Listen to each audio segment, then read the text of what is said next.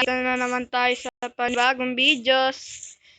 And kung mapapansin nyo, wala may YouTube channel na akong Jess Al Galit Art. And papakita ko pala yung mga builds ko dito sa aking mga bahay. Syempre, unang-una, ito ang aking binil. Ito, guys. Tapos, ito ang aking pangalawang binil. Ala. Ito, guys. Tapos, ayun guys, yung pangit na binild ko kaganina. At ang aking kaibigan, best friend forever, ito ang kanyang bahay. At ito naman ang aking starter castle. And ayun pala yung farm ko dati.